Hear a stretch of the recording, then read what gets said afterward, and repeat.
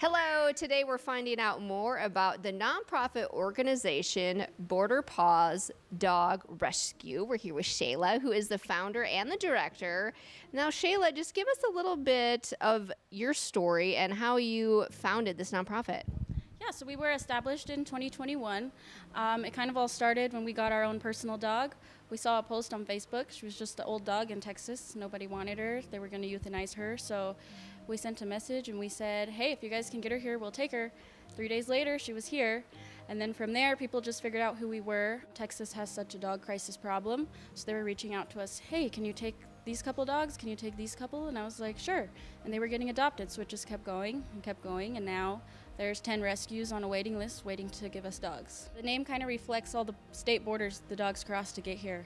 So basically, you just have a heart for this type of situation, and you were a teenager when you started doing this. Yeah, we just became really passionate about it. What is it about dogs that are so special? I think they bring a lot of joy to people's lives, and then knowing all the terrible things that these dogs went through, and they're still so trusting and loving to humans. They're just so loving and forgiving, and they just want to please. Or kind of talk us through the process. Yeah, so they transport the dogs here. They usually come on a bus. Takes them a couple days to get here.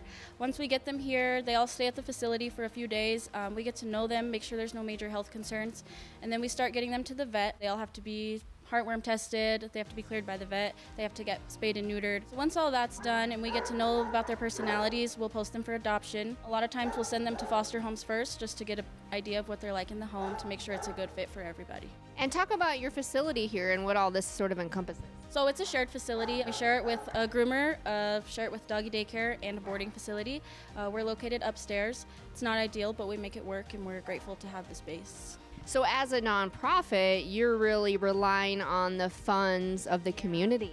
We run 100% on donations, so all the vet bills, all the dog food, all the supplies, monetary donations, of course. Yeah, so every summer we actually have a big event here. It's called Paws and Claws. We do a barbecue, we have a pool party, we do tie-dye. Everybody can bring their dogs out. We have a big raffle, silent auction. It's kind of a big old thing. Everyone's welcome. That one's usually really successful. We do events around Easter, Halloween, Christmas. We try to stick with the holidays, and then we'll just do random events like bingo and stuff like that. Stuff to keep the community involved and to keep the donations coming. We always need volunteers. I mean, the dogs are stuck in their kennels all day except when we let them out, so we do have volunteers that'll come take them out for the day. They'll take them hiking, take them home, and then they bring them back, but it's really good for the dogs.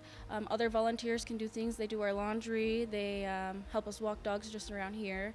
There's a lot of volunteer opportunities for sure. Easy ways to donate is PayPal, just at Border Paws, and then Venmo is at Border Paws Rescue. And your mom is like a trainer?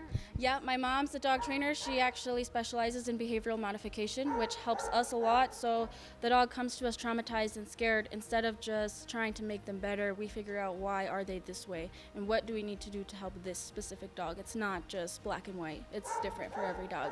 What has been like the most gratifying or like fulfilling thing about this mission? I think it's really seeing the dogs come in, dogs that nobody wanted. They were discarded like trash, and then we get to see the dogs that they become, and they're amazing, and then seeing how happy they make their families. It's just, this dog would have been euthanized, and now it's the light of their life, so it's really rewarding.